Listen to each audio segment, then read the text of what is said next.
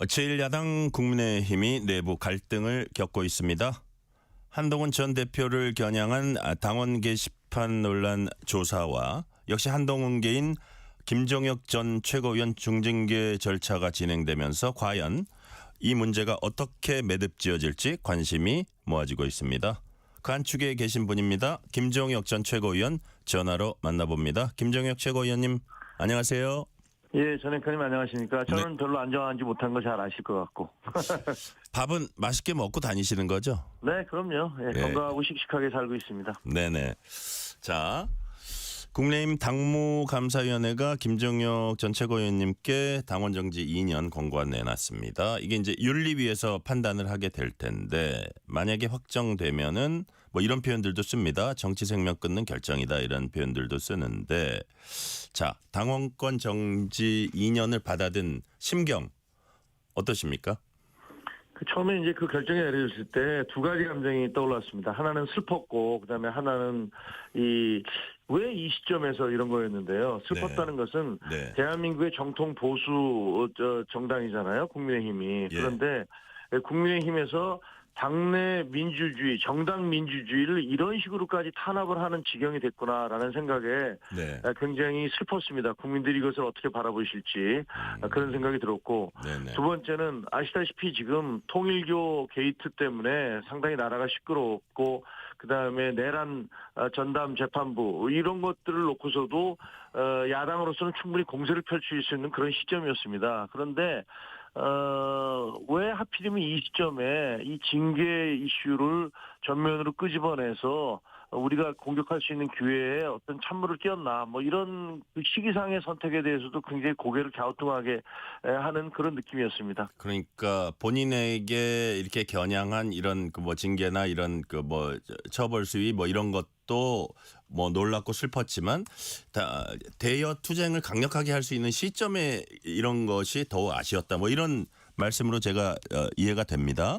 예, 그게 한두 번이 아니잖아요. 네. 그 과거에 국정감사 할 때도 애주중지 김현지 이슈로 굉장히 여권이 궁지에 몰려 있었는데 윤석열 전 대통령을 면회 갔다 옴으로 해서 그것이 유야무야 돼버렸고, 그 다음에 그 대장동 항소 포기와 관련해서 또 여권이 굉장히 어려운 상황이었는데 그때도 우리가 황교안이다라는 그런 발언을 함으로 해서 네. 판을 확 뒤집어 버렸거든요. 근데 네. 이번에도 비슷한 상황이어서 왜 이렇게 정무적 판단을 하실까 지도부가라는 네. 그런 생각이 들었었습니다. 네.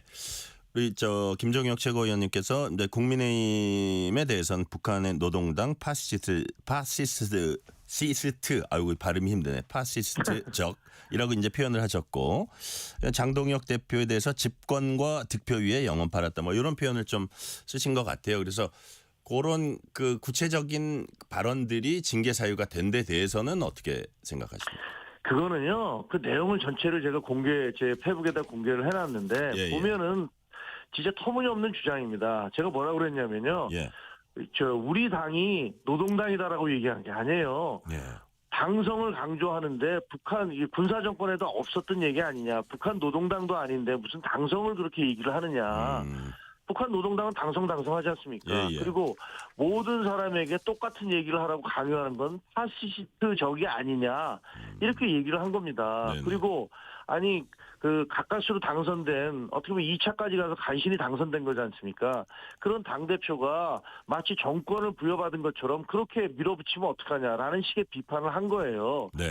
이게 저는 민주당에 대해서도 그 민주당이 법을 계속 바꾸려고 하고 그러면서 뭐 그 재판 중지법을 만든다든가 대법원 그 판사들의 숫자를 늘린다든가 이런 거 할 때 아니 무슨 히틀러처럼 히틀러의 국민법정처럼 그런 그 사법부를 억압하는 거 아니냐라고 제가 주장을 했었어요. 그러면 네네.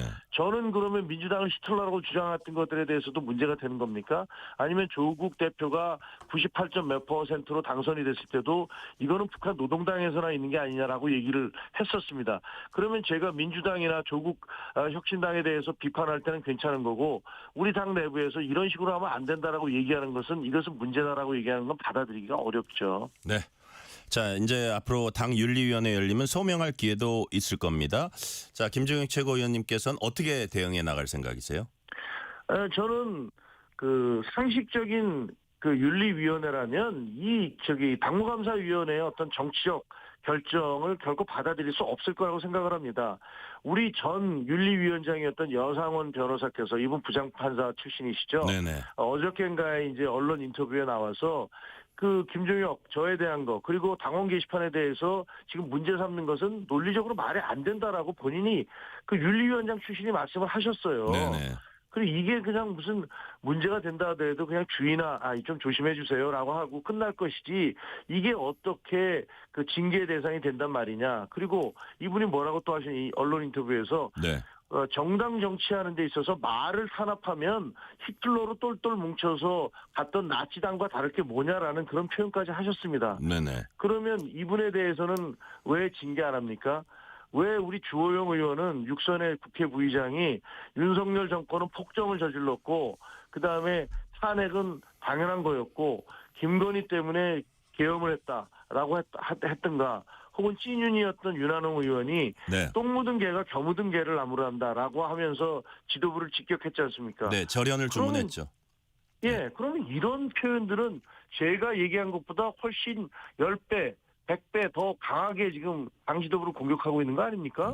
근데 그런 데는 왜 입도 뻥끗 안 하시면서 저와 한동훈 대표에 대해서만 그렇게 공격을 하는 건지, 네. 저는 이런 것들이 윤리위에 넘어가면 받아들일 수 없고, 지금 윤리위 위원장도 임명을 못 하시잖아요, 지금. 네. 자, 이호선 당무감사위원장이요. 여기에 네. 대해서 김정일 최고위원님이 터무니없는 폭주 계속되고 있다 했고, 자, 요렇게 얘기했던 것도 상기를 시켰습니다. 징계 공고 발표 전날 이호선 위원장이 들이받는 손은 돌로 쳐 죽이고 그 임자도 죽이겠다, 뭐 이런. 자, 이호선 위원장이 왜 이런 강경 입장을 계속 보인다고 보십니까?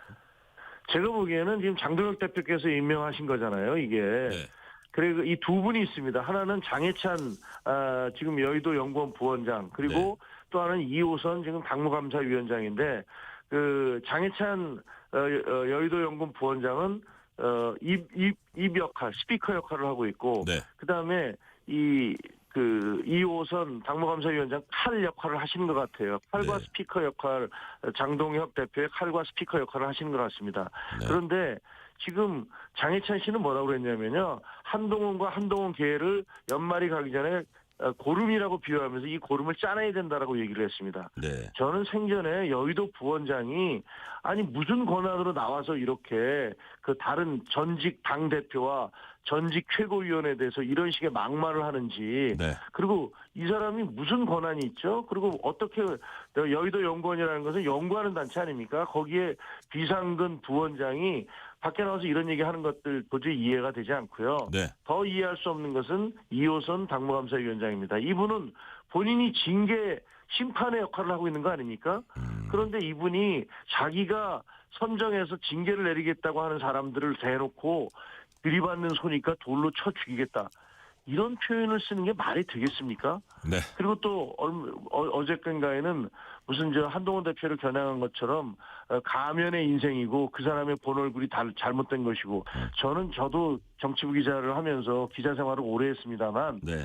당무감사위원장이 자기가 징계하겠다는 사람들을 대상으로 이렇게 개인 블로그에다가 개인적인 비난을 올려놓는 경우를 단 한 번도 본 적이 없습니다. 이거는 이것 자체가 징계 대상이 돼야 되는 거 아닙니까? 그러니까 이거 자체가 공정성을 상실한 그 측면을 보이고 있다? 그럼요. 누가 네. 봐도 이게 말이 안 되는 얘기고, 더구나 이분은 당원 게시판과 관련에 대해서는 익명의 게시판에 있는 사람들의 이름을 한동훈 대표 가족과 이름이 같다. 네. 그래서 이 사람들이 한동훈 대표 가족일 거라는 그런 전제하에서 4명을 끄집어내서 실명을 다 공개해버렸어요. 네. 핸드폰 번호, 뒷번호도 다 공개를 하고. 그러면 이거는 명백한 개인정보법 위반이고, 이로 인해서 지금 경찰에 고발이 여러 건 돼 있습니다. 네. 이렇게 본인이 부정선거를 주장하고, 그리고 비상계엄으로 인해서 계몽이 됐다고 얘기를 하고 있고, 그 비상계엄을 심판한 헌법재판소는 해산돼야 된다고 주장하는, 이렇게 주장하는 분이 어떻게 우리 당의 당무감사위원장이 돼서 다른 사람을 심판할 수 있습니까? 네. 그래서 저는 도저히 이해가 되지 않아요. 네. 지난 21일에 한동훈 전 대표가 대규모 오프라인 토크 콘서트 열었습니다. 우리 김정익 최고위원님도 가셨습니까? 네, 물론이죠. 저는 네. 가 있었습니다. 분위기 어땠어요?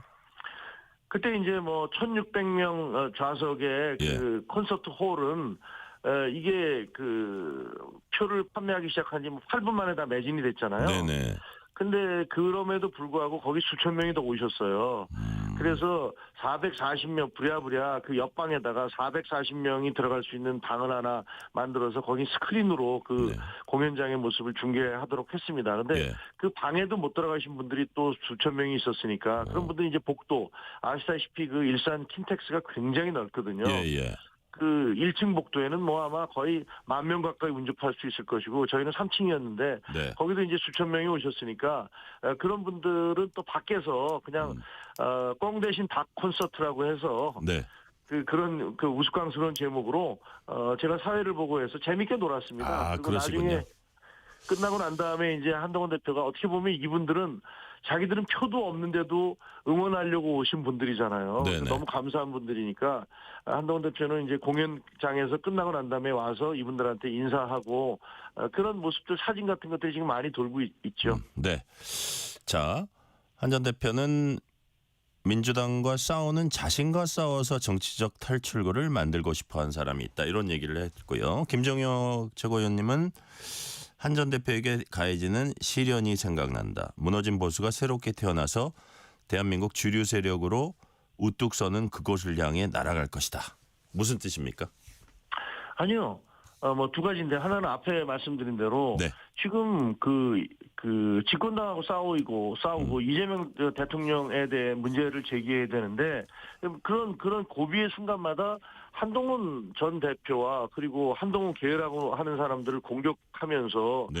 그러면서 이른바 윤호개인 세력들의 어떤 윤호개인 세력들에게 먹잇감을 던져주는 듯한 그런 행동을 취하시는 것들에 대해서 좀 이해하기가 참 어렵다. 네. 이런 생각이 들고요.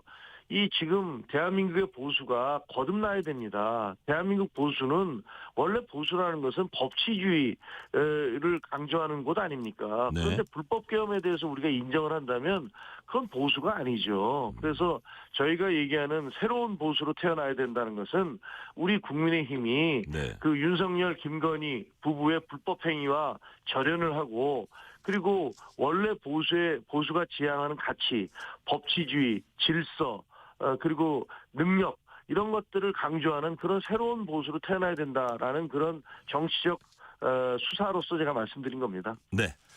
자, 근데 이제 최근 일부 언론은 이렇게 좀 뭐 분석하기도 합니다. 장 대표가 좀 이렇게 변화를 시도하려고 곧 할 거다. 이기기 위해서 변해야 한다 이런 말도 했고 뭐 계엄 탄핵 그 부분에 대해서 약간 책임져야 한다 이런 얘기도 했고 근데 그럼에도 불구하고 또 필리버스터 할 때 보니까 한동훈 전 대표 등의 동참이 없었으면 윤석열 전 대통령도 탄핵도 이재명 대통령의 권력 탄생도 그리 쉽지 않았을 까 해서 약간 왔다 갔다 하는 이쪽 얘기도 했다 저쪽 얘기도 했다 약간 좀 양쪽을 다 보는 그런 상황인 것 같은데 그럼에도 불구하고 이제 총선이 다가오거나 뭐 1월로 다가서거나 하면 좀 어떤 변화의 어떤 그 모멘텀을 가질 수 있다고 보세요.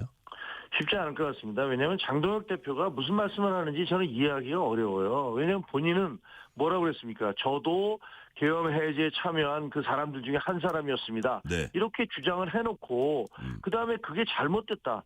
그 계엄에 대해서 비판하거나 그거에 대해서 책임을 묻는 게 잘못됐다는 식으로 얘기하고 계시잖아요. 네. 심지어는 아까 말씀드린 대로 앵커가 말씀하신 대로 한동훈이 아니었으면 뭐 그런 일이 없었을 텐데 네. 뭐 이런 식의 뉘앙스라든가 네. 아니면 헌법재판소의 결정은 일반 사법부의 판결과 다르다는 식으로 전혀 어떻게 법률가가 저런 얘기를 할 수 있을까 정도의 뜬금없는 말씀을 하신단 말이에요. 네네. 그래서 굉장히 논리 자체가 왔다 갔다 해서 도대체 뭐가 그 장동혁 대표의 진심인지 무슨 생각을 하는지를 알 수가 없습니다. 그래서 네. 저는 지금처럼 한다면은 변화하겠다, 개혁을 하겠다라고 얘기를 하시지만 그리고 그 목표가 연말까지 한동훈과 한동훈계를 고름처럼 짜낸 다음에 그 다음에 중도에게 접근하겠다라는 그런 말씀으로 들리지만 네. 그게 현실적으로 가능할 것 같지도 않고요. 그리고 설득력이 있을 것 같지도 않습니다. 네. 국민의힘 오늘 당무감사회 개최했습니다. 이 자리에 당원 게시판 관련 내용 안건에 오르지 않았다고 합니다. 이게 왜 이랬는지 좀 파악된 게 있으세요? 없습니다. 뭐 또 동아일보에선가 네. 이게 뭔가 좀 변화를 보이는 예, 예. 거 아니냐. 예. 장동혁 대표가 변화하겠다고 그랬으니까 혹은 그걸 고민하고 반영한 있는 거 아니냐. 예. 예, 그런 얘기를 했는데 정작 또 이호선 당무감사위원장은 그거 아니다. 뭐 이렇게 얘기했잖아요. 네. 그러니까 뭐 이분들이 지금 제가 보기에는 굉장히 우왕좌왕하고 있는 것 같은 느낌이 듭니다. 윤리위원장도 제대로 지금 임명이 되고 있지 않고 예. 그리고 지금 본인 자체가 고발돼 있는 상태인데다가 여론이 굉장히 좋지 않지 않습니까? 지금 이호선 위원장이 저에 대해서 했던 그런 징계안에 대해서도 굉장히 역풍이 불고 있는데 네. 거기다가 한동훈 대표에 대해서까지 밀어붙이겠다고 하면 아마 그 파국적 상황을 감당하기 어려울 거라고 저는 생각합니다. 그래요. 자, 안 그래도 거대 여당 견제할 수단이 사실상 없는 소수 야당이 당내 갈등으로 분열까지 되면 과연 지방선거는 어떻게 치를 수 있을까요? 뭘로 치를까요? 그러니까 제가 드리고 싶은 말씀은 네. 우리가 지방선거에서 승리하기 위해서는 그건 유정복 시장이라든가 서울시장 오세훈 서울시장도 얘기를 하시고 네. 그다음에 부산시장도 말씀을 하고 계시잖아요. 우리가 네. 절연을 해야 된다. 잘못한 것을 잘못했다고 얘기를 해야 된다. 국민께 그렇게 말씀을 드리고 우리가 새롭게 거듭나겠습니다라고 진정성 있게 말씀드리면 네. 국민들은 지난번에 선거 보세요. 우리가 탄핵을 당했고 탄핵을 당한 상황에서 선거를 치렀는데도 41% 이것은 이재명 전 대통령 지금 대통령에 대한 어떤 거부감 같은 게 분명히 존재하고 있거든요. 그리고 네네. 우리 국민들은 균형 감각이 있기 때문에 결코 어떤 한 당이 혹은 그 대통령 권력이 일방적으로 끌고 가는 걸 좋아하지 않아요. 우리만 제대로 거듭난다면 네. 그러면 저는 이번 지방선거가 그렇게 절망적이라고 생각하지 않습니다. 그런데 지금대로 간다면 네. 국민들은 그러실 거예요. 야, 아무리 민주당 그다음에 집권 여당을 견제해야 돼서 네. 야당을 찍고 싶지만 너희들이 하는 거 보면 도저히 손이 안 가. 이렇게 얘기하실 거라고 저희는 봅니다. 네네. 그래서 우리가 승리할 수 있는 그리고 적어도 그 지방선거에서 무슨 대패를 면할 수 있는 그런 유일한 길은 빨리 변화해야 된다. 그리고 윤석열, 김건희 두 부부와 절연해야 된다. 이렇게 말씀드리고 싶습니다. 절연과 변화 이제 말씀해 주셨고요. 자, 그 약간 불편한 질문일 수도 있는데 뭐 저 당내 강경파에서 뭐 이런 얘기를 합니다. 그러니까 특히 김민수 최고위원 같은 분은 왜 당내에다가 이렇게 화살을 던지냐. 뭐 예를 들어서 장동혁 대표 같은 경우는 내부의 적 1명이 외부의 적 50명보다 더 무섭다. 뭐 이런 얘기를 하고 그다음에 김민수 최고위원 같은 분은 막 한 10가지 이상을 막 뭐 어떻게 하고 내란 전담 재판부 뭐 사법체계 흔들고 뭘 어떻게 하고 한 10가지 하고 이렇게 많은데 이거 공격을 안 하고 왜 우리 내부적인 문제로 분열을 깨하냐. 이런 비판을 하거든요. 양쪽을 다 하는 겁니까? 근거 없는 얘기죠. 예. 전혀 근거 없는 얘기인 게요. 예. 지금 민주당에 대해서 가장 강력하게 비판하고 공격하는 게 누굽니까? 한동훈 대표 아닙니까? 네네. 아니 지금 대장동 사건, 항소 사건 때 그거를 치고 나가갖고 전국적 이슈로 만들어낸 게 누굽니까?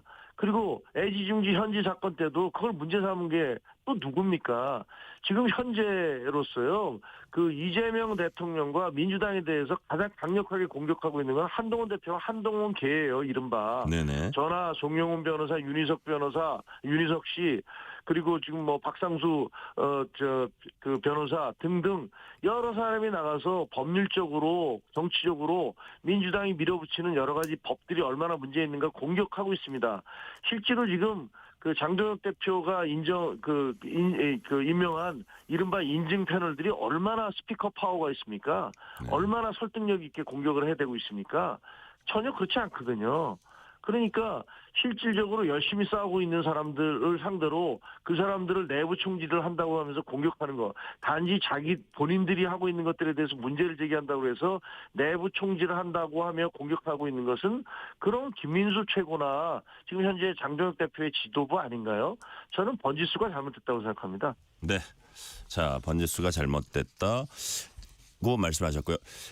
이제 이 상태로 당이 계속 가면 정말 이거는 큰일 나겠다 이러는 좀 걱정이 당내에서 많이 올라오나 봐요. 그래서 나경원 의원이라든지 신동욱 최고위원, 신동욱 의원 같은 경우도 야 이거 이대로는 안 되는데 해서 어떤 뉘앙스의 얘기들을 살짝씩 하냐 하면 양쪽이 좀 어떻게 한 발씩 조금 양보하면서 이렇게 양보라기보다 한 발 물러서면서 이렇게 접점을 찾는 방안은 없을까 약간 이런 뉘앙스의 얘기를 하시는데 이런 부분에 대해서는 김정일 최고위원님은 어떻게 보세요? 당은 단합을 해야 되는 게 맞아요. 더구나 위기 상황이기 때문에 네. 함께 힘을 합쳐야 되는 건 맞는데 지금 저에 대한 징계라든가 혹은 한동훈 대표에 대한 단계라든가 이런 것들을 네. 뜬금없이 끄집어내서 연말까지 고름짜내듯이 짜내겠다. 그리고 들이받는 손은 돌로 쳐 죽이겠다라고 얘기하고 있는 분들이 누굽니까? 그분들이 다 장동혁 대표의 최측근들이라고 하는 분들이에요. 네. 그러면 그런 상황을 놔두고 야 화합을 하자. 한쪽에서 옆구리에서 칼이 들어오는데 근데 너 웃어라라고 얘기하는 것과 뭐가 다르겠습니까? 이거는 이런 식으로 문제를 만들어낸 분 쪽에서 네. 쉽게 얘기하면 지도부 쪽에서 입장을 바꾸셔야 될 거라고 생각을 합니다. 네. 지도부에서 입장을 바꿔야 된다고 생각을 한다. 그렇다면 관련해서 하나만 또 제가 여쭤보면 뭐 본인에 관한 사안이니까 그 대답하시기 좀 그럴 수도 있지만 한동훈 전 대표에 대해서 뭐 당원 게시판 조사라든지 아니면 그 김종혁 최고위원님의 지금 뭐 그 당원권 정지 이런 징계 절차 진행이라든지 이런 데서 약간 전향적인 어떤 입장 변화가 있으면 그게 어떤 모멘텀이 좀 될 수도 있다고 보세요? 정치는 생물이니까 네. 지금 가정적 상황에 대해서 제가 어떻게 말씀을 드릴 수 없습니다만 예. 저희는 국민의힘 당원들이고 네. 국민의힘이 보수정당으로서 우뚝 서기를 바라는 사람들입니다. 그리고 그걸 그렇기 때문에 윤석열, 김건희라는 불법 계엄을 저지른 분들과는 우리가 절연해야 된다고 얘기하는 거지요. 네네. 그래서 당이 정말 보수 어게인을 하기 위한 방법이 뭔지를 많이 고민을 해주셨으면 좋겠고 네. 그렇게 해서 당이 제대로 쓰려고 노력한다면 어느 당원이 거기에 협조하고 노력하지 않겠습니까? 네. 자, 절연과 변화 거듭 강조하고 계시고요. 장동혁 대표가 내란 전담재판부 설치법안 본회의 상정에 맞서서 역대 최장 시간 필리버스터 기록을 세웠습니다. 제1야당 대표가 아마 필리버스터 나선 것도 처음이라는 얘기도 있고요. 맞아요. 처음입니다. 네네. 직접 연단해서 여당 입법 폭주에 강력히 맞선다는 의지에 피력했는데 이 자체만 보시면 어떻게 평가하세요? 저는 대단히 잘했다고 생각을 합니다. 그리고 애쓰셨고요. 그리고 24시간이나 쉬지 않고 그렇게 연설을 하면 아마 건강에도 많이 축이 갔을 거예요. 네. 그러니까 이 건강 빨리 회복하시기를 바랍니다. 그런데 물론 이제 그 연설 내용 중에는 아까 전 앵커도 말씀하셨지만 조금 이게 뭐지? 라고 생각되는 부분들이 있기는 합니다. 네. 하지만 그런 부분들은 워낙 긴 얘기를 하다 보니까 조금씩 좀 진위가 잘못 전달될 수도 있다라는 생각은 드는데요. 네. 아무튼 필리버스터 24시간이나 하느라고 고생하셨고 네. 그다음에 그거는 잘하신 거다 이렇게 생각을 합니다. 장 대표가 이렇게 말을 이렇게 했다 저렇게 했다 혹은 어떤 그 행위를 하는 데 있어서 자기를 뽑아준 강성 지지층을 계속 그 안에 이렇게 좀 갇혀 있구나 이런 지적을 하는 분들도 있거든요. 근데 김종혁 최고위원님이 오랫동안 이제 정치부 기자도 하시고 정치 상황 보시고 또 정치에 뛰어드신 지도 이제 제법 되셨으니까 보시기에 그렇게까지 걱정 안 해도 되는 문제입니까? 어떻습니까? 과감하게 나가도 상관없습니까? 어떻습니까? 아니요. 잘 못하시는 것 같아요. 그러니까 거기에 그 덫에 갇혀 계신 것 같아요. 예. 그러니까 자기를 뽑아준 본인이 사실은 이렇게 거의 무명 상태였다가 한동훈 대표를 공격을 하고 비난을 하면서 그것을 거기에 이제 열광하는 윤어게인을 외치는 분들 전광훈이라든가 그다음에 전한길이라든가 이런 분들 그리고 그 지지자들에 의해서 당선이 된 거잖아요. 그러니까 거기서 참 벗어나기가 쉽지 않으신 모양이에요. 그러니까 당내에서 12월 3일 날 그 수많은 사람들이 집단으로 성명도 내고 송원석 원내대표도 부대표들을 대동을 해서 사과 성명을 내고 그리고 무슨 여러분들이 당 중진들까지 심지어는 권영세 의원까지 그렇게 성명을 내고 그랬는데 그럼에도 불구하고 당대표는 그것은 민주당 때문에 어쩔 수 없는 것이었다라는 식의 페북글 하나 남겨놓고 하루 종일 두문불출하셨어요. 네.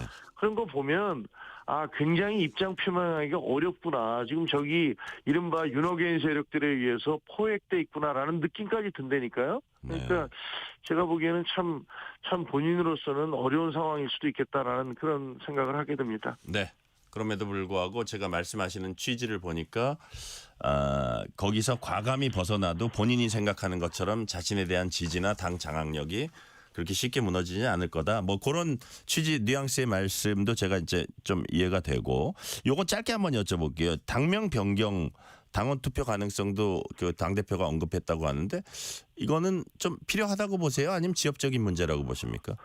그놈 언젠가 뭐 바꿀 수도 있겠죠. 바꿀 수도 있지만 지금 어떤 이런 위기 상황을 돌파하기 위해서 이름 바꾸는 건 너무 뭐 속된 말로 짜치잖아요. 이게 무슨 뭐 눈 가리고 아웅인식이고 간판가리일 뿐이다. 예. 예, 뭐 간판 갖고 내용은 똑같은데 음식물 메뉴만 바꿔놓으면 뭐 합니까? 내용은 똑같은데 내용물은 그래서 그런 것보다는 네. 진정성이라는 것이 무엇인지 네. 이런 것들을 더 고민해야 되지 않을까 생각합니다. 네. 시간 관계상 마지막 질문 드릴게요. 아까 절연과 변화 거듭 강조하셨는데 여튼 뭐 내년에 지방선거 열리고 그것이 아주 중요한 정치적 전환점이 될 거라고 여야 모두 인식하고 있습니다. 지금의 여당의 잘못을 비판하는 데서 한 발 더 넘어서서요. 나아가서 제1야당이 대한정당, 정책정당 면모 보이기 위해서 어떤 점에 좀 주력해야 한다고 보세요? 그러면 너무 이제 어려운 과제여서 네. 일단은 제일 중요한 것은 네. 신뢰를 회복하는 겁니다. 국민들의 신뢰를 회복하는 거. 예. 지금 국민들은 국민이 못 믿겠다. 니들은 뭐 잘못을 사과하지도 않고 계속 요리조리 발뺌만 하고 있지 않느냐라고 얘기하는 거고 네. 일부 소수의 윤호개인 세력에 의해서 좌우되는 정당 아니냐 이렇게 바라보고 계시잖아요. 네. 그러니까 이런 상황에서는 저희가 뭘 해도 백약이 무효예요. 그러니까 국민의 신뢰를 회복하기 위해서 어떻게 해야 되는지 어차피 정당이라는 것은 정치라는 것은 정치인들이라는 것은 민심이라는 바다 위에 떠 있는 배에 불과하잖아요. 예. 그러니까 그 바다를 거스르면서 갈 수는 없는 거거든요. 그러니까 국민의 신뢰를 회복하기 위한 그런 방법이 무엇인지 이것들을 고민해야 된다고 생각합니다. 자, 국민 신뢰 회복이 우선이다라는 말씀까지 듣겠습니다. 지금까지 김종혁 국민의힘 전 최고위원이었습니다. 오늘 말씀 감사합니다. 감사합니다.